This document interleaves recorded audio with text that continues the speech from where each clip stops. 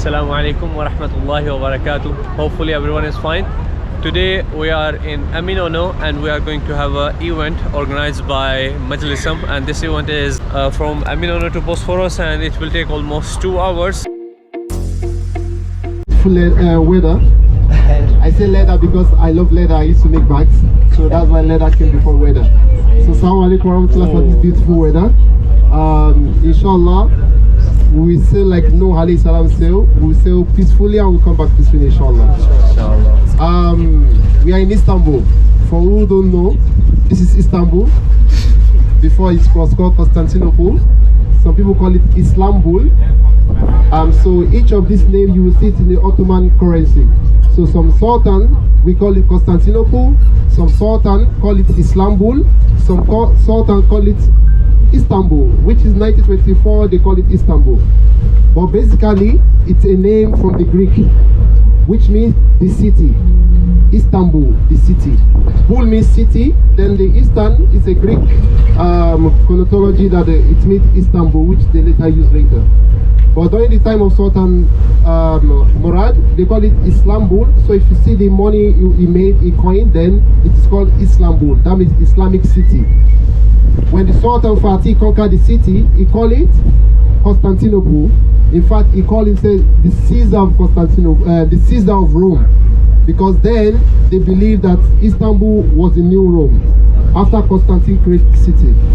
But before we start about Byzantine Empire, let us talk about Islam, because that's the reason why we are here. Rasulullah sallallahu alaihi wasallam already had a vision about Istanbul. Not the hadith that you know, the famous hadith of the Conquest, but before that, there were hadiths that the Prophet, peace be upon him, prophesied that the city will be conquered. In the Battle of Conquest, the Battle of the Trench, when they formed a confederation against the Muslims. So Rasulullah sallallahu alaihi wasallam said we have to stay in the city and fight a defense war, because attack will be useless at this time. It's a lot of army. So Salman al-Farisi advised them. He said, from where I came from, which is the Persian, for you to know that the Prophet, peace be upon him, is not, he takes people's advice and is very inclusive. So that's why we have diversity among the Muslims. So we have Salman al-Farisi, we have Shuaib al-Rumi, we have other people. Bilal, actually, his father is Arab. That's why it's called Bilal ibn Rabah. His mother is the Abyssinian, but they prefer to call him his mother than his father. So we have this diversity among the community of Prophet Muhammad, peace be upon him. So Salman al-Farisi advised the Prophet, peace be upon him, said, let us make a trench around the city. So far we are covered on the hill, then we can make a, just like Istanbul is covered on 2 sides sea, and they have only 1 land border. So in Istanbul as well, they have this idea, like a trench, it's called the moat. So there is a moat in the land border. So if you, I don't know if any of you have joined us in the walk around the city of Istanbul. We did that before. It took us like 10 hours. Whoever joined, mashallah, it was a long walk. Yeah, he's here. So they have this kind of idea as well. So Salman gave the idea, and Prophet sallallahu alaihi wasallam accepted the idea. So while they were making the trench, there was a particular rock in the center of the trench that was very hard to break. Subhanallah, you know that our Prophet was very, mashallah. They went to him and said, there's a rock here that we cannot break. And he went down to the rock, he smashed the rock. So there was 3 lightning that came out of the rock. And Rasulullah sallallahu alaihi wasallam, he said, I have been given Syria and Rome. And when you say Rome, then we mean Istanbul, because that's the city of Rome. The second strike, he said, I've given Yemen and beyond. This is Abyssinia and the rest. And the last one, he said, we have been given the land of Kisra. Even now I can see the marbles from Kisra Palace. So, of course, these guys, what I mean this guy, I mean in a positive way. They said, they believe in Prophet sallallahu alaihi wasallam because they say Semina wa atoina, we hear, we obey. They are not like the Yahudi that ask questions that, oh, why is it like this? Oh, was it? They just hear, they obey, even though they don't know if they will see it. And alaihi wasallam, it happens. But we have to understand something. When they say a room back then, it starts from Bilad Sham to Constantinople down to Rome. So that's why Shuaib al-Rumi is actually from Sham. But anybody from Sham is considered Rome. Also in North Africa, Morocco, Algeria, and so far they are part of Roman Empire. So they call them Arumi. So anybody that comes to Hijaz then, from this area, they were called Rum. So now you might even be Arab and also Roman. It's just like being a Muslim then. Now, it can be African, it can be Asian, it can be anywhere. That's the concept of Rome too at that time. So if you remember the ayah going back to Rome, they were talking about Sham, because that is where the war is going on. The war is going on between the Persian Empire and the Roman Empire, and they have this major empire in Damascus, in the Levant. So Rasulullah sallallahu alaihi wasallam, after that, he already prophesied that we will take this city. But the most interesting prophecy was when Prophet Muhammad, peace be upon him, dreamt in whose house there's a lady called Aram bint Mil'ad. Her sister is called Rumeisa al-Gumeisa, and she's the one we know as Sulaim, and the mother of Anas ibn Malik. So Rasulullah sallallahu alaihi wasallam used to go to their house to take a break. Sometimes he drinks there, he sleeps there. So one day he was taking a nap and he woke up. When he woke up, he was laughing. And Bint Mil'ad asked, he said, Ya Rasulullah, what are you laughing for? Just like in Liverpool, we say, what are you laughing for? He said, I saw my people on the green sea towards the land of the Rome. He said, pray that I'm part of the army. And Rasulullah sallallahu prayed, and he take another nap. He woke up again and he was laughing. He said, why are you laughing? What are you laughing for again? He said, I saw my people riding on the sea like a king, with the hope of taking the city. And he said, Rasulullah sallallahu alaihi wasallam, please pray for me, I'm part of those army. He said, no, you are part of the first army. So fast forward, during the time of Umar ibn Khattab, before Umar ibn Khattab, we have Abu Bakr Siddiq. That's the when they took Sham, especially Jerusalem.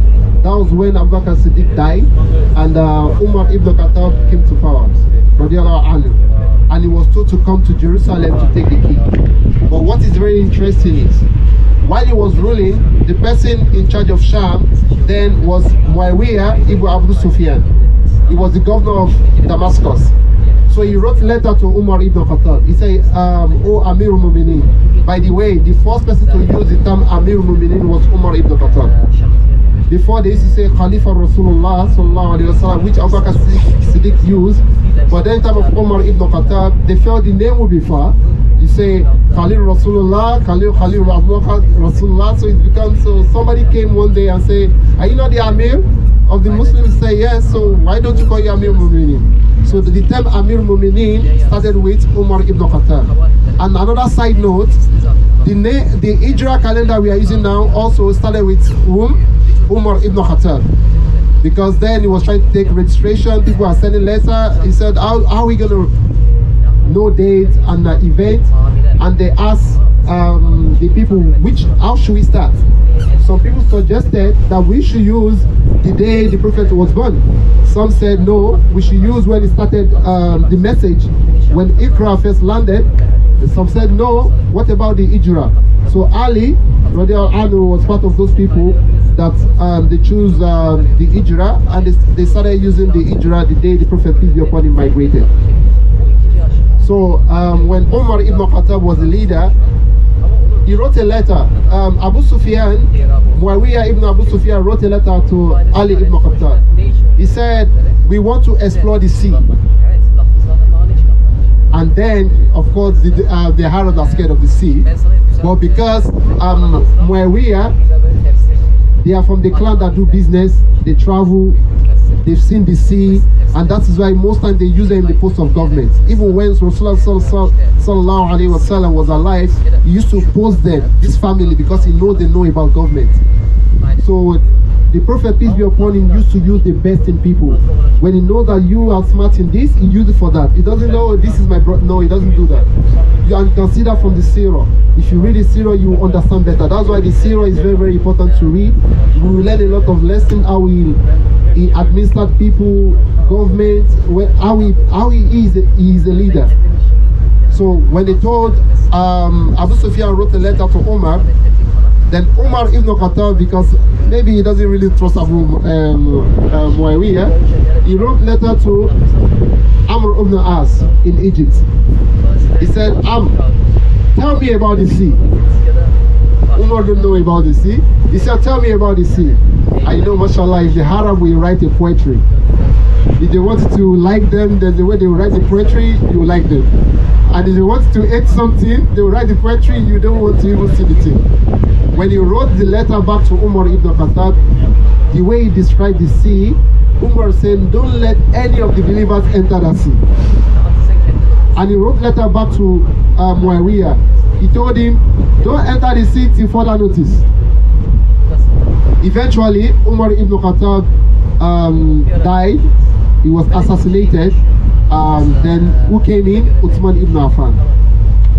Uthman ibn Affan and Muawiyah, they are from the same family, Umayyad family.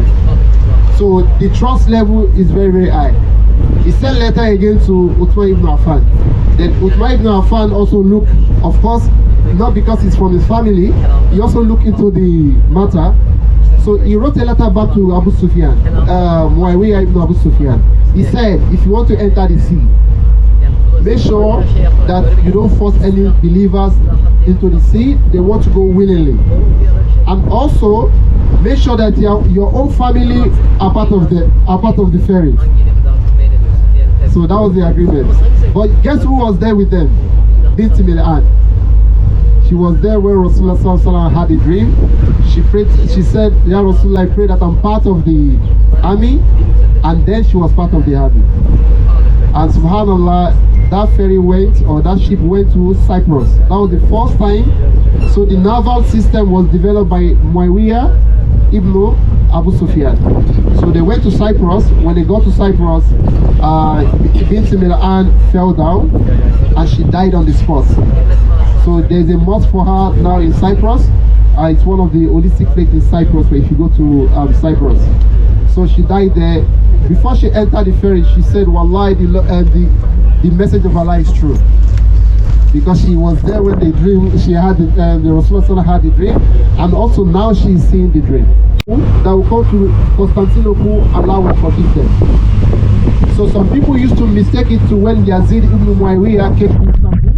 No, he came the second time. The first time was a group of soldiers that was sent by Muawiyah. MashaAllah. Yeah, it's part of the trip though. Enjoy it.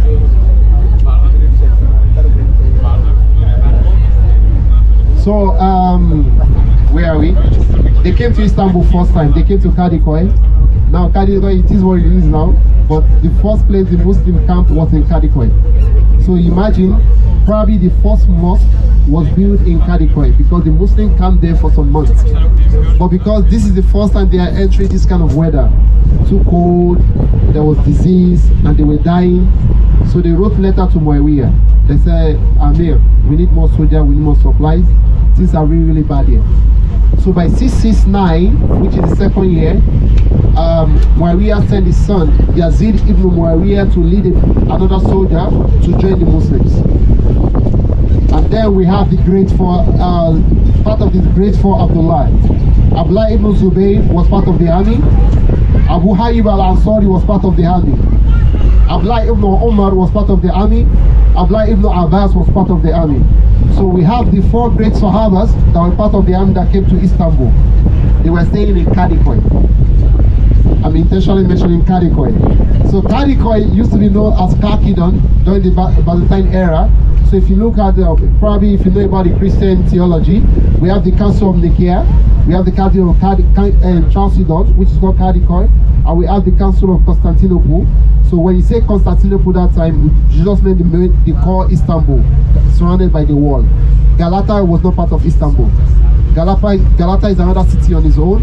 The main city is around the world, on the Sea of Marmara and also Haliç, and by the land when you go to Edirne-Capri. That is basically Constantinople at that time. So when they got here, it was they stay in Kadikoy, but Abu Hayyib al-Ansari, may Allah be pleased with him, told them, he said, if I die, bury me close to the city. So when he died, they buried him close to the city. Of course, after the Greek invaded Constantinople around 13th century, something happened. They lost the grave. They don't know where the grave was. So when Sultan Fatih conquered the city again, one of the Sheikh al-Islam said, he made some prayers and he said, this is the spot where Abu Ayyub al-Ansari is. So Wallahu Alam, God knows best. If it is the place, may Allah forgive all the people that came to this city to fight. Because now, let us be humble whenever we walk on this city. A lot of blood was split on this city just for us to enjoy this freedom we are enjoying today. If you are taking pictures, you are laughing on the boat, you are walking in the street, walk with a maximum humbleness, because a lot of people fight for this freedom we are enjoying right now. So we should think about it many times, and so we can think we can be very, very humble when we are walking on the street. So the Umayyad came here 2 times. The first time, and then there was another problem. They have to leave because of the weather is bad. A lot of things happen. So they went to a city close to Bursa. So before the Ottoman Empire actually conquered Bursa, the Umayyad also went to a city close to Bursa. They call it Balikseir. They conquered the wall around the city, and they stayed in the city for some time, and they were called back.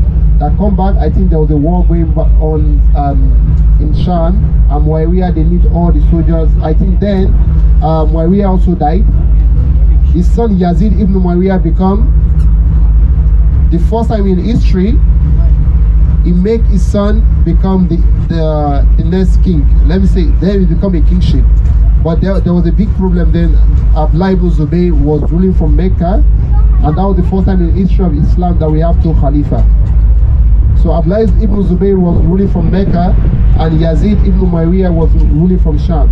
A lot of strong Sahabas avoid to be part of the problems. Like Abdullah ibn Umar said, I don't want to be part of it. Abdullah ibn Abbas too, they all stepped down. They said, this will cause a lot of big problems to the Ummah. So fast forward, that is for that side. Let us continue our side. So the 3rd time the Umayyad came. So let it be known that the Umayyad came to Constantinople 3 times. So during the time of Abd Malik ibn Marwan, so this is another point again. It's only Abd Malik ibn Marwan, 4 of his sons become a caliph. No one in history, apart from Abd Malik ibn Marwan, 4 of his sons become a caliph.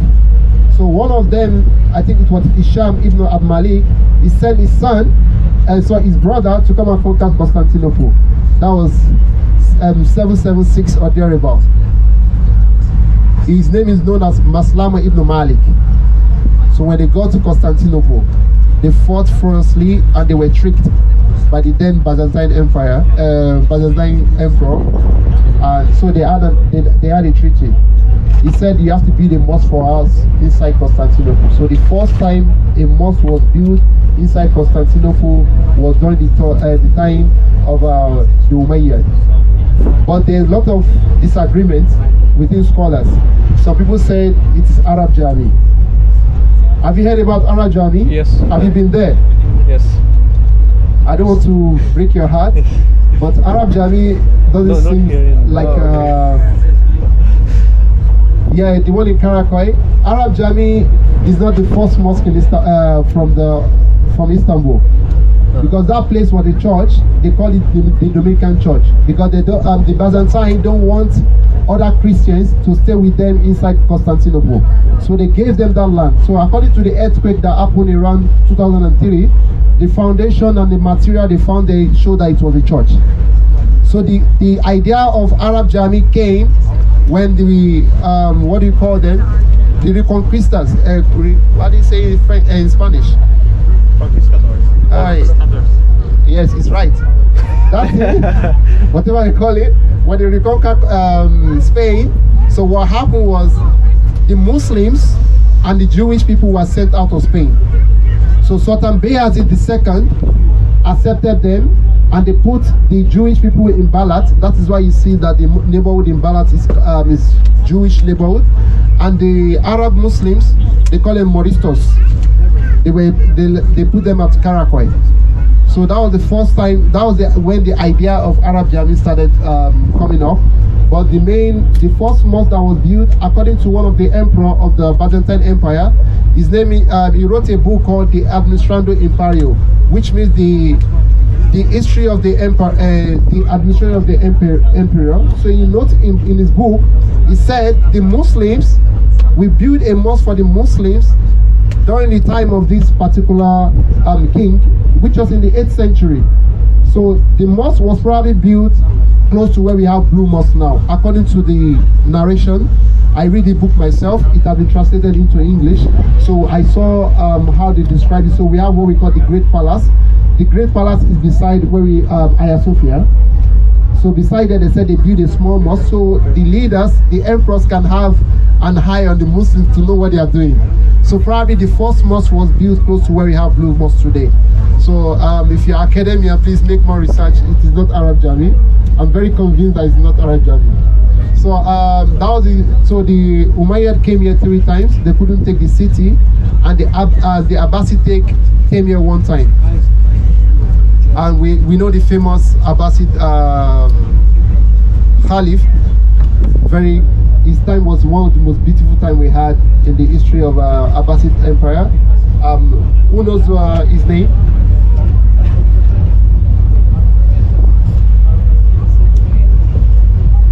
During the time of the Abbasid, they only came to Istanbul once, and the army or the leader that led them became the Abbasid Caliph later. Who knows his name? You know his name? Harun Rashid. In fact, he got his name Harun Rashid because he came to Istanbul. He had a beautiful negotiation, and they have to pay the Muslim for years. They didn't conquer the city, but they have a lot of booty from the city. So that's where he got his name Harun Rashid from. And later he became the Caliph. So that was the last time the Muslim came from Hijaz. Then later we have the Ottoman Empire. Let us have a break. Inshallah, we will continue. Inshallah, the conquest of Istanbul is up now. I want to speak about the Seljuk, about the Ottoman in Bursa, but there's some beautiful information about these places. We see this Rumeli Sarai. That was the first place Sultan Fatih built before they conquered Constantinople. And why is that? You can see that this place is very narrow, and this place is the gateway to Black Sea. And at Çanakkale as well, we have another narrow place. So they have to stop Istanbul on both sides to stop any army that is coming to support the Byzantine in Constantinople. So they block this place from the Black Sea, and they block the other place from the Mediterranean Sea before they attack Constantinople. It was a battle, subhanallah, like first Sultan Fatih was very determined. He was very young, he was 20 years old. Mashallah, I don't know my age now, but subhanallah, someone to have that vision from the age of 19, 18, and he had a dream of taking the city, and it happened. At the age of 20, he told his commander thought he was crazy. He said, we will take the city. He believed that he was going to take the city. They arranged the army, they built this place in few months to block the Black Sea, and within 50 days or 54 days they took the city. But there's something very interesting. The city, there's what we call the Greek fire. The Byzantine have improved a type of technology where the fire will burn on water. So it has been difficult for anyone to attack Istanbul without getting burnt, because they will just pour the Greek fire on water and keep on burning on water. So it has been a very difficult thing to enter the city. So we have Haliç. There's a chain in Haliç. They connect from Istanbul, which is main Istanbul, and Galata together. So when they put the chain in the sea, no ferry can pass. So this is another trouble to get into Istanbul. So there's this genius tactics Sultan Fatih did. They have to carry the ship on the land. So you know Galata port. This is where it happens. So they took the ship on land, but first they have to make some treaty with the guys in Galata, the Jewish and also the business guys from Venice, Italy, that you don't tell the Byzantine anything. So they agreed and they took the Byzantine by surprise. They entered the Haliç and they attacked on all sides. This is how the city was taken. But I really say it briefly because I want us to talk more about the beauty of the city, the architecture of the city, how historians will lie, but architecture don't lie. Allah will say in the Quran all the time, have you traveled throughout the land and sea? What are you gonna see? You see architectures, you see rules. The one Allah wants to correct for us, He already corrected in the Quran. This is when the Yahudi and Nasara, they will read they have their own book, they have their own stories, but a lot of lies have been, they've manipulated their books. And this makes them more powerful because they have knowledge of the book. The Arabs don't have it. Just like the story of Musa alayhi salam. They have magic. But when Musa came with something superior, they know this is not a magic, this is a miracle. When Isa alayhi salam came, he came when the Roman Empire are at the peak of their civilization. When they made sculptures, you will even see the vein of the sculpture. Go to museum. From Isa alayhi salam, you will still see the sculptures there. But when Allah make Isa make miracle to them, He molded a bird and He released the bird and the bird fly. Why did the bird fly? So they can know that this is not miracle. This is more than their sculpture. This is indeed a miracle. So during the time of Rasulullah sallallahu alaihi wasallam, the Arabs, they were brilliant in what? In poetry, oratory. They are amazing people when it comes to that. And also, but they are not lettered people like the Yahudi. So the Yahudi used to make boast of them like, you guys are ignorant. In fact, the Yahudi used to have what do you call it? A city on their own inside the Arabian Peninsula because of how advanced they were. That is why they really hate the Prophet, peace be upon him. Because Allah empowered them with the true story. And Allah will say sometime in the Quran, as the story of Yahya reach you. The name Yahya, no one was named Yahya before Yahya. As the story of Musa reached you. So then the Arabs become empowered. They could face the Yahudi. They could face the Nasara. Like, no, we know the true story. This is the real story. But the one Allah wants us to make research, Allah said, travel throughout the land and see. What are you gonna see? The architectures, the rules. Because why? The historians will always lie, but the architects don't lie. I don't know how many of us have studied here in this city. When you study the way the Ottoman Empire history is told in school today, they teach them history of the Ottoman Empire like 100 years, and they teach them the history of the Republic like 500 years. But architecture don't lie. The Imam Sinan built that mosque, you cannot deny it. The Blue Mosque, you can't deny it. So all these architects are telling their own story, only if you listen. There's a beautiful poet, but I don't like reading poetry, but I can just tell you the idea of what he's saying. They said the architect, the building said, you just come to me, don't you listen to me. Don't you listen to the voice I'm producing. He said, don't you see the cry of the one that built me? Don't you see the sweat of the armorers? He said, if you listen to me, you will hear my voice. I will tell you the true story of who I am. That is the buildings. So when we go to buildings, let us try to know the true story behind the buildings. You see there are different stories apart from the story we used to hear in school, or we used to hear by like different historians. That's why we have different opinions. One historian will say this, another historian will say that. Because everybody tells story according to their own, mostly selfish interest. So the architect tells different story. But I want to tell you a very interesting thing today. Do you know, we all know Da Vinci, sir? Da Vinci wrote a letter to Sultan Bayezid II, about 1500. He said, "Oh Sultan," you know, he wrote in Greek, but he wrote from the right hand to the left hand in Greek because he wanted to get the job from the Sultan. He said, "I heard that you want to build a bridge that wants to connect Constantinople and Galata together.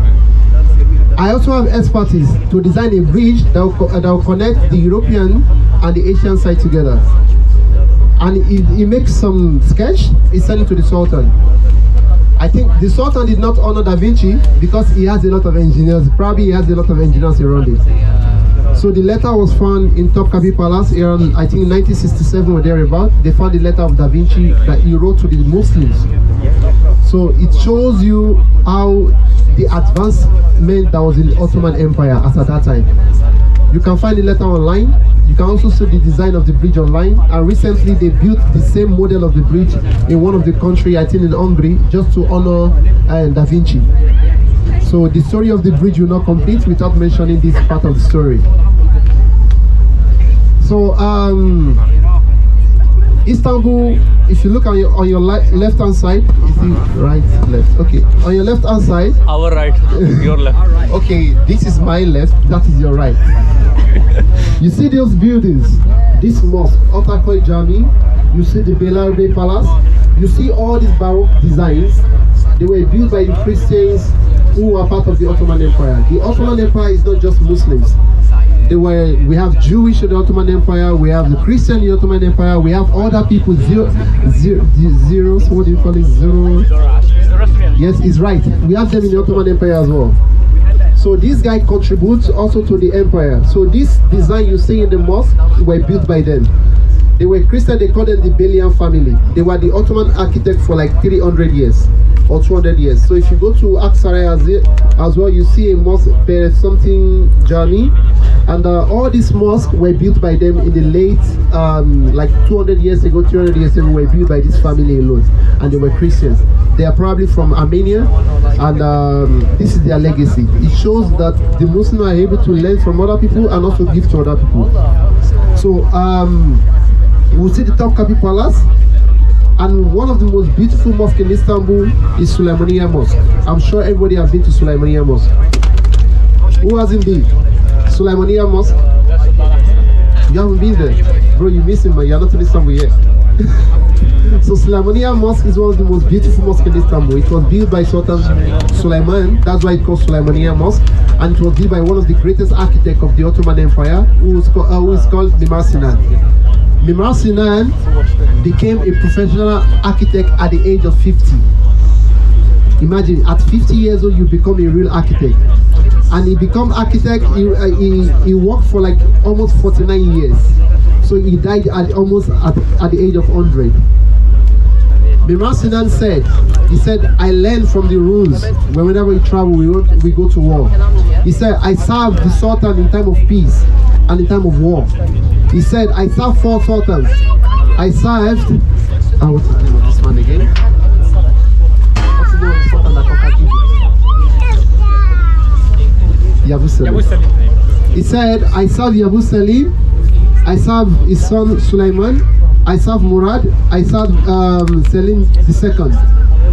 So at this time, at the age of 50, he said, I was chosen to be an architect. He said, Wallah, it is Allah's rahmah, because I used to pray to God. I said, if Allah will, I want to leave something on this earth that will be a source for people to become Muslim, to do ibadah. And I said, I hope I can leave something of beauty in this world that will serve the test of time. And he said, we used to hear that the Byzantines said that we can never build anything like Hagia Sophia. He said, this become a knot in my heart. I started thinking it day and night. I said, how are we gonna beat this thing? Imagine what he was thinking. He was thinking of how he can beat another civilization. Just a single man. So sometimes your change starts from your mind, like, yes, I want to do something. And inshallah, if you really are sincere with it, if Allah will, you will do it. He said, this was a big knot in my heart. I started thinking, I don't know how it will happen. But eventually, he was lucky to be chosen as the architect of the Ottoman Empire. And he did build a mosque. If you go to Süleymaniye Mosque, he said, I've built a mosque the dome like the sky. He said, I viewed a mosque, the small domes like the bubble on the sea. He said, I viewed a mosque. If you look at the arc, he said they are like rainbows that penetrate the sky. He said, I viewed a mosque. When you enter the mosque, you see the marble, the mimbar marble. He said, when lovers come together to kiss it, he said, what harm will befall them? He said, I viewed a mosque, a place like paradise that gladdened the heart. He said, I viewed a mosque. He said, the best architect and craftsman in the old time, now and the future know that I've done a great job here. He said, I viewed a mosque. And the Marsina will not keep saying I viewed a mosque, because I think one of the greatest joy of his life was that mosque built, and we could see it by ourselves. So he started the construction of Sulaimaniya Jami. For who have never been there, he started in 1550, and by 1557 he finished the mosque in just 7 years. And the new mosque we just built there, Yeni Jami, took us how many years? We have all these infrastructures, we have a crane, we have all these machines. But it took him 7 years. Even in Europe, all the churches they built, it takes like centuries for them to finish one church. Imam Sinan said, we bring the best of men together, the men that know their craft. And you could see it in the mosque. He said everybody work with all their heart in the mosque. We make sacrifice for people to eat. He puts people into consideration whenever he's building the mosque. Have you eaten? Are you okay? How are you working today? They paid everybody. It was not built by slaves. People were paid for the money. Probably that's why we have a barakah in that mosque. If you look at the pillars of the mosque, they brought it from different parts of the world. And let me tell you a little bit about the mosque. If you enter the mosque, you see from something like this in the mosque, it's bigger, like ostrich eggs.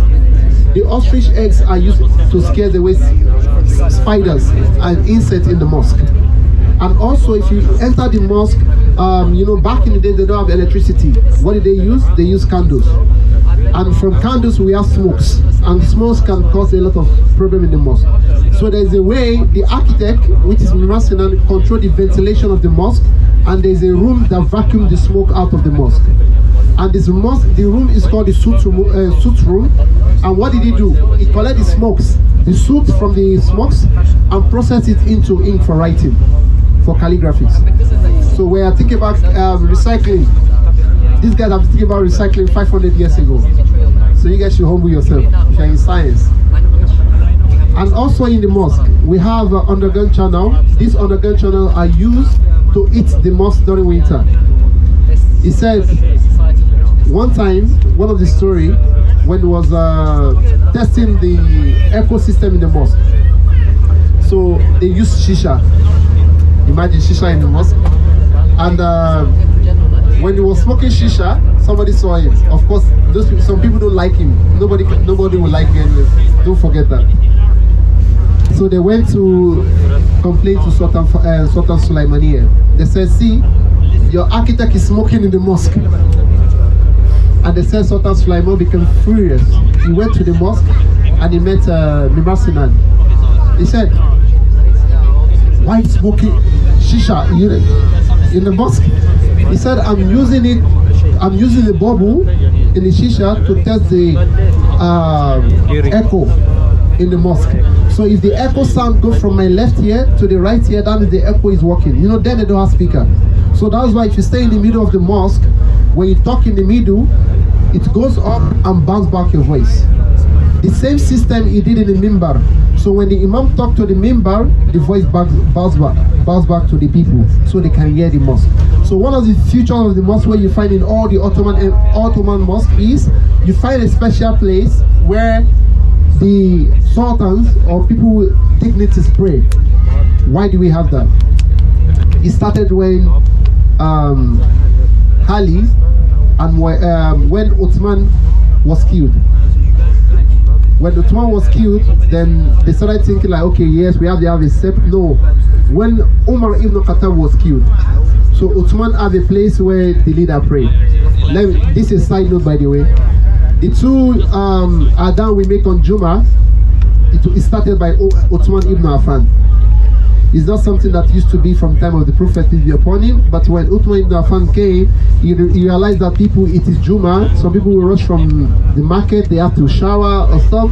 So they make a pre-Adhan and they make the second Adhan before they pray. So this idea started with Uthman ibn Affan. It's just a side note. So during those periods, you have a small place where they pray. But during time of when they kill Ali, so Muawiyah started this idea where they have to make a separate place for the leader to pray because of assassination. Because then it is easier to just enter the mosque and kill the leader. And back in the days, the leader used to lead the prayer. They lead the Juma, they lead the Eid, they give speech, and people can kill them. So the idea started from them, then the Seljuk, the Abbasid, the Umayyad hijacked it as well. It become a continuous thing till now. We still have special place in the mosque where special people pray. So this is just side note. So now we have to talk about the minaret. Now, if you go to cities, if you know you are approaching a city, what will you see first? You see skyscrapers, tall buildings. But back in the days, if you want to know that you are approaching a city, the first thing you see is minaret. Then you know, yes, I'm approaching a city. Because minaret is the tallest thing you will see in any city back in those days. So the Ottoman Empire, they built their minaret in a very unique way, and it has those significance. So for example, now you can see that minaret there. It's only one minaret, sir. That means it doesn't belong to a royal family. So in the late Ottoman Empire, they changed this idea to actually this belongs to the royal family. But back in the days, when you have more than one minaret, it means that it belongs to the royal family. So what happened is, each of the minarets has balconies. So during the Ottoman Empire, they might use like up to like 4 or 5 muazzin at the same time. Like the Blue Mosque, it has 6 minarets. Why do we have 6 minarets? So when they build the Blue Mosque, the people protest against the Sultan. They said, bro. I'm sorry, Sultan. But they said, how can you compete with the Mosque of Allah when the Mosque of Allah also has 6 minarets? So the Sultan sent an architect to Mecca to add one more minaret to Mecca. So since then, the Ottoman never went beyond 6 minarets.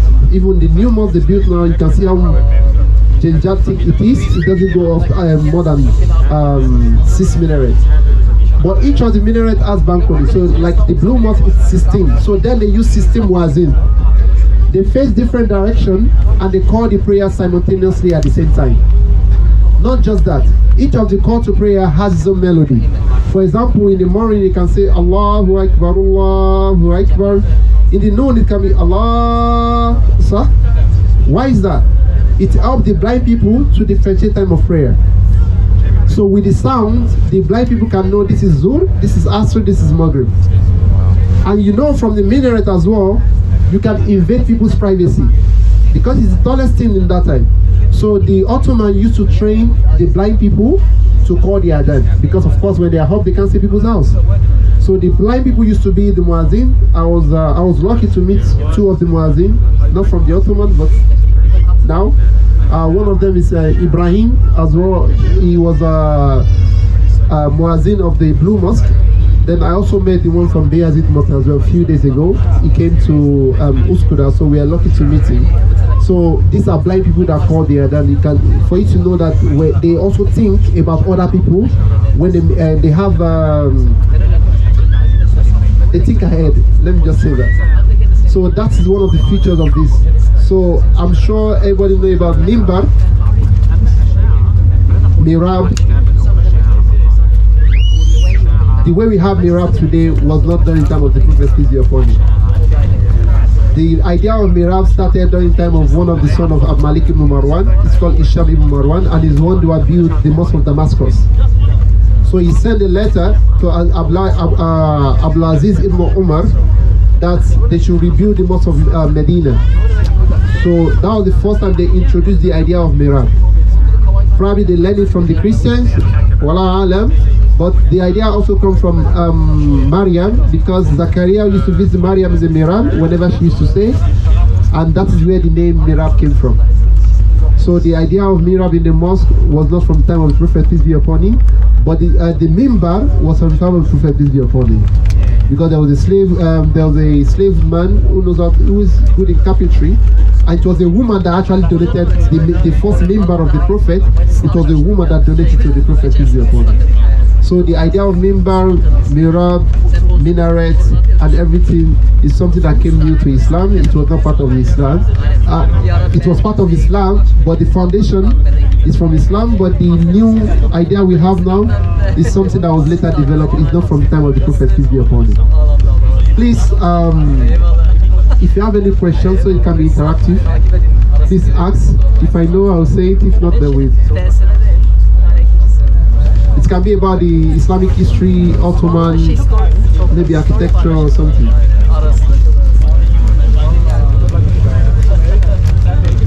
Thank you. Thank you. Don't tell me thank you yet. Ibrahim, if there was 6 minarets, would there be a muezzin up on each minaret? Okay, in the Blue Mosque, the first 3, we have 3, the back one we have 2. Altogether we have 16 balconies. So there will be 16 muezzin. 16. Like in the Sultan Sulaimania Mosque, there will be 10 muezzin. He is asking that, does that mean because we have 6 minarets in the Blue Mosque, does that mean that they will have 6 muezzin? Actually, they will have 16 muezzin because each balcony is for 1 muezzin. But they were trained to use the same melody, they go the same tone, and they still have the same system today. But unfortunately, one of the last muezzin that does that is in Bursa, the Green Mosque in Bursa, and he died some few years ago. I think about 2 years now he died. Which means where the milk goes, where the milk goes from there. So ideally it's from the Greek. Then later when the Venice, what do you call them, the Italian came, they built this, they form a village because they cannot live with the main people in the Byzantine. So they built a tower, and this tower was built in the 14th century. I think about 1324 thereabout. They built a tower. But there's a beautiful story regarding aviation in this story. So there's the one they call him Azarafen in Turkish. They said he flew from there to Üsküdar with a wing blind. They don't really teach this in aviation, but because they cannot Latinize that name. So, so I don't know why they don't really teach us. Even Abbas Ibn Frenas that flew before, they don't teach his name. But because I study aviation, they only teach us about Icarus. Icarus, we don't know if he exists or not. So these are names that we never know if they exist or not. But they teach us in aviation. But the name that actually exists, they don't teach us in aviation because the education is it is what it is.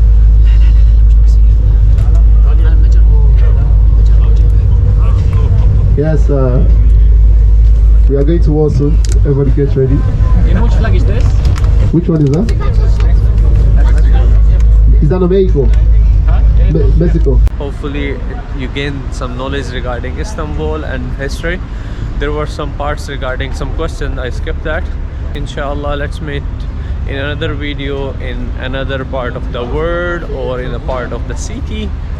Till that time, take care. Assalamu alaikum wa rahmatullahi wa barakatuh.